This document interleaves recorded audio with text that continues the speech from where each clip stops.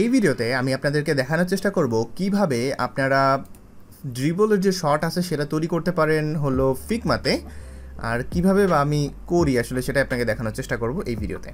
So শুরুতেই আপনাদেরকে যেটা করতে হবে, দুইটা ইমেজ ফাইন্ড আউট করে নিতে হবে, দুইটা অথবা একটা, যেভাবে আপনি মোটামুটি শো করাইতে চাইতেছেন। তো ওইটা নেওয়ার জন্য ফর এক্সাম্পল ধরেন আমি এই পেজটাকে নেব। সো আমি এই পেজটাকে টোটাল সিলেক্ট করলাম, তাহলে এখানে দেখেন ফ্রেমটা চলে আসছে। আর এই পাশে ডিজাইন থেকে নিচে আসবেন, নিচে আসলে দেখবেন যে এক্সপোর্ট নামে একটা অপশন আছে।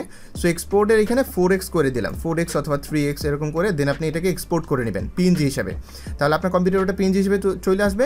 অ্যান্ড তারপরে ওইটার পাশাপাশি আমি আরও একটা ছবি, এই যেমন প্লেলিস্ট যেটা আছে সেটাকেও নিছি, প্লেলিস্ট, হ্যাঁ এইখানে এটাকেও আমি এক্সপোর্ট করলাম। এক্সপোর্ট আপনারা হয়তো এরকম দেখতে পারবেন, ঠিক আছে, এরকম। তো জাস্ট প্লাস আইকনটাতে ক্লিক করলে দেন আপনি 1x এখানে সিলেক্ট করা থাকবে, এটাকে 4x করে দেবেন। 4x কেন করতেছি, কারণ ড্রিবলের যে শর্টটা ওইটার সাইজ হইতেছে 800x600 এরকম টাইপের মনে হয়। তো এইখানে তো আসলে যদি আমি লো রেজুলেশনের যদি ছবি দিই সেটা আরও ফেটে যাবে বা ক্লিয়ার আসবে না। এই জন্য আসলে আমি একটু হাই কোয়ালিটির ইমেজ জেনারেট করে এক্সপোর্ট করে দেন আমি ওগুলো ইউজ করার চেষ্টা করতেছি। আর আপনি যখন এই ধরনের শর্ট তৈরি করতেছেন, চেষ্টা করবেন আপনার প্রজেক্টের মধ্যে যেগুলো সবচেয়ে বেশি অ্যাট্রাকটিভ সেই ধরনের কোনো কিছুই আপনি ইউজ করার চেষ্টা করবেন আপনার এই জায়গাটাতে। ওকে, সো আমি জাস্ট এটাকে ডিলিট করে দিই। সো আমাদের ড্রিবলের শর্ট তৈরি করার জন্য প্রথমেই ফ্রেমে চলে যাবেন, তারপরে এইখানে দেখেন সোশ্যাল মিডিয়া নামে একটা অপশন আছে, সোশ্যাল মিডিয়া। এখানে আসার পরে দেন জাস্ট ড্রিবল শর্ট নামে এখানে ক্লিক করবেন। তো পাশে কিন্তু সাইজ দেখা যাইতেছে, তো এটাকে একটু জাস্ট জুম করে নিই আমি, তাহলে বুঝতে পারবেন এটাই হচ্ছে সেই জিনিসটা। অ্যান্ড আমাদেরকে এখানে যেটা করতে হবে, আমাদের যে ইমেজগুলো আমি নিয়েছিলাম, আমি এই ইমেজটা এবং পাশাপাশি এই ইমেজটাকে, দুইটাকে আমি পাশাপাশি রেখে দিলাম, যে দুইটা ইমেজ আমি একটু আগে নিয়ে আসলাম আর কি মেনলি। তো এখন ইমেজগুলোরে এখন এখানে আমরা দুইভাবে একটা কাজ করতে পারি।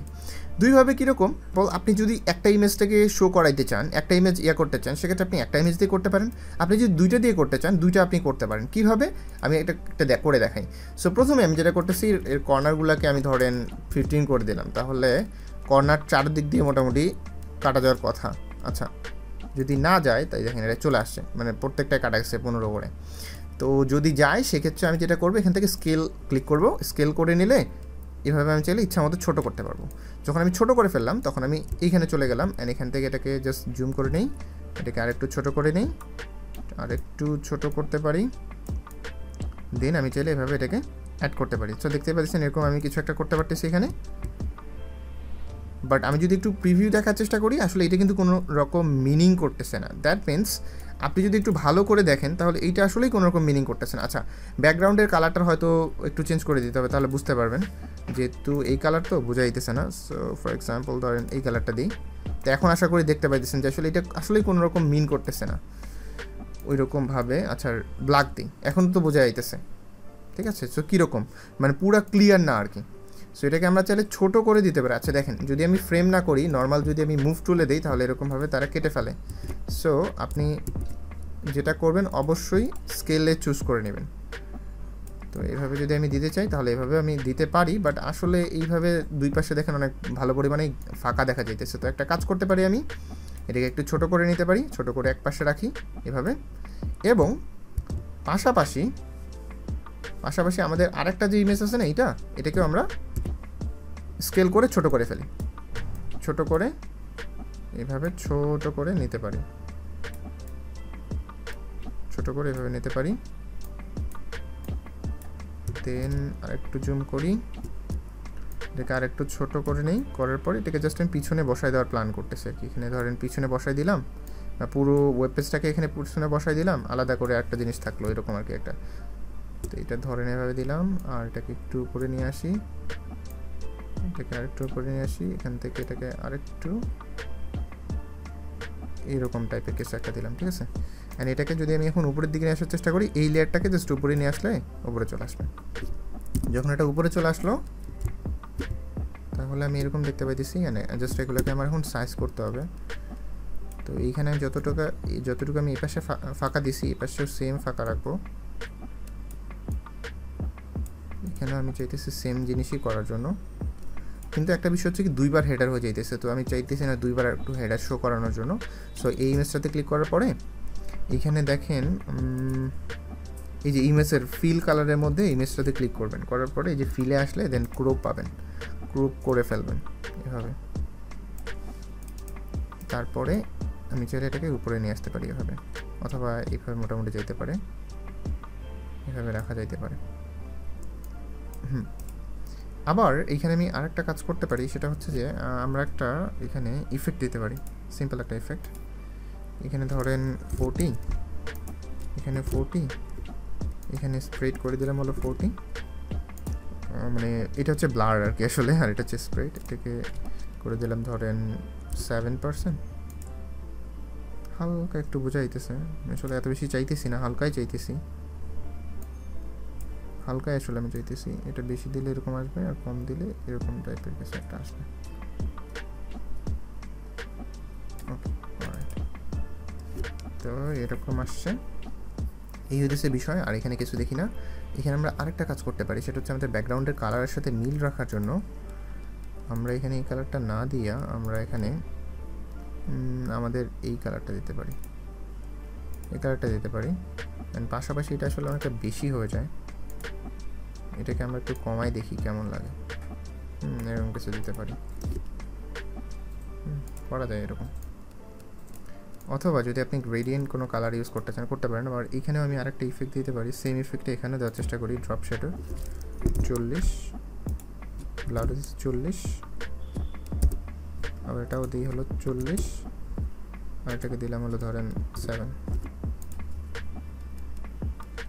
আচ্ছা, এখানে আরেকটা কাজ করা যেতে পারে, সেটা হচ্ছে যে ধরেন আপনি যদি কোনো গ্রেডিয়েন্ট কালার দিতে চান, ফর এক্সাম্পল এইটা আসলে এরকম আসবে, তাহলে আমরা এখানে যেটা করতে পারি, এই কালারের ভিতরে গিয়ে দেন আমরা সলিড থেকে জাস্ট লিনিয়ার করে দিই। লিনিয়ার করলে এরকম পাবেন। তো এখানে দুইটা কালার অপশন আছে, সো আমি পরেরটা সিলেক্ট করলাম, পরেরটা সিলেক্ট করে ধরেন আমি এটাকে এই কালারটা দিই, হ্যাঁ এই কালারটা দিতে পারি, অথবা ব্ল্যাক কালারটা দিই, ব্ল্যাক দিলে মনে ভালো লাগবে। দিলাম, দেওয়ার পরে ব্ল্যাকের একটু কমাই দিই, কারণ হচ্ছে যেহেতু ওইটা আমাদের ব্ল্যাক, সেক্ষেত্রে পুরোটা ব্ল্যাক দিলে আবার মানে কেমন হয়ে যাবে। এটা একটু কমাই দিলাম দুইটাই। এখানে ধরলে পাশে দিলে আপনি কোন পাশে আসলে কোডটা চাইতেছেন এটা করতে পারবেন এভাবে। এটাকে একটু সরাইলে আসলে বোঝা যাবে যে আসলে কোন পাশে আমি দিতেছি। এটাকে যদি এই পাশে সরাই দেন তাহলে বুঝতে পারবেন এভাবে।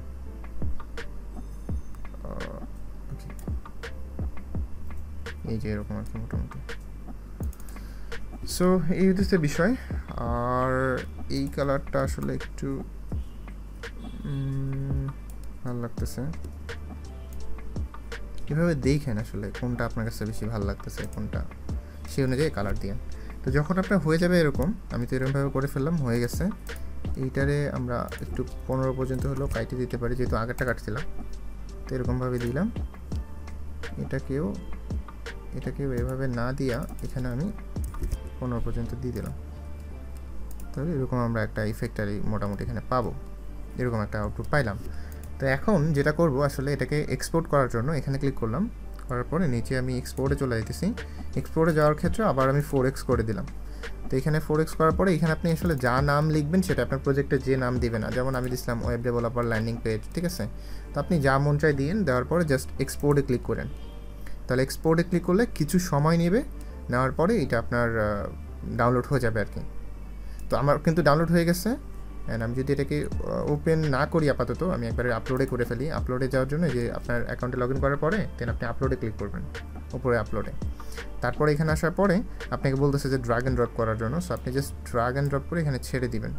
তো দেখেন ড্র্যাগ অ্যান্ড ড্রপ করলে আমাদের ছবিটা এই যে আপলোড হইতেছে এখানে। অ্যান্ড ছবিটা যখন আপলোড হয়ে যাবে নিচের দিকে আপনি লিখতে পারবেন, ডিসক্রিপশন লিখতে পারবেন, আর এখানে আপনি আপনার নামটা দিতে পারবেন। সো নেম, আর এটা হইতেছে ডিসক্রিপশন। আর এখানে আপনি ক্লিক করলে হবে কি, আপনি আরও কিছু ফিচার ওদের দেখতে পারবেন ডিসক্রিপশন অনুযায়ী হিসেবে আর কি, যে কীভাবে কী করবেন না করবেন, পুরো ভিডিও দেওয়া আছে, এটা একটু দেখে নিন। হ্যাঁ, তো এটা হইলে দেন আপনি যেটা করবেন কন্টিনিউ ক্লিক করবেন। কন্টিনিউ ক্লিক করলে আপনাকে ট্যাগ দিতে বলবে, ট্যাগ দিবেন আপনার উপর বেস করে। এখানে যে অপশনগুলো আছে সেগুলো আপনি ইউজ করতে পারবেন না, কারণ এগুলো হচ্ছে প্রো। আপনার অ্যাকাউন্ট আপগ্রেড করতে হবে, তাহলে আপনি এগুলো ইউজ করতে পারবেন। ব্যাস, তারপরে যদি পাবলিশে ক্লিক করেন তাহলে পাবলিশ হয়ে যাবে। আর আপনি যদি শিডিউল করে রাখতে চান, শিডিউল করে রাখতে পারবেন, ব্যাস এতটুকু আর কি, আর কিছু নেই এখানে। এভাবে মোটামুটি আমারটা আমি মোটামুটি পাবলিশ করছিলাম এভাবেই। সো আশা করি বুঝতে পারছেন কীভাবে আসলে ড্রিবলে শর্ট আপলোড করতে হয় আর কীভাবে বা তৈরি করতে হয়, এটা আশা করি বুঝতে পারছেন।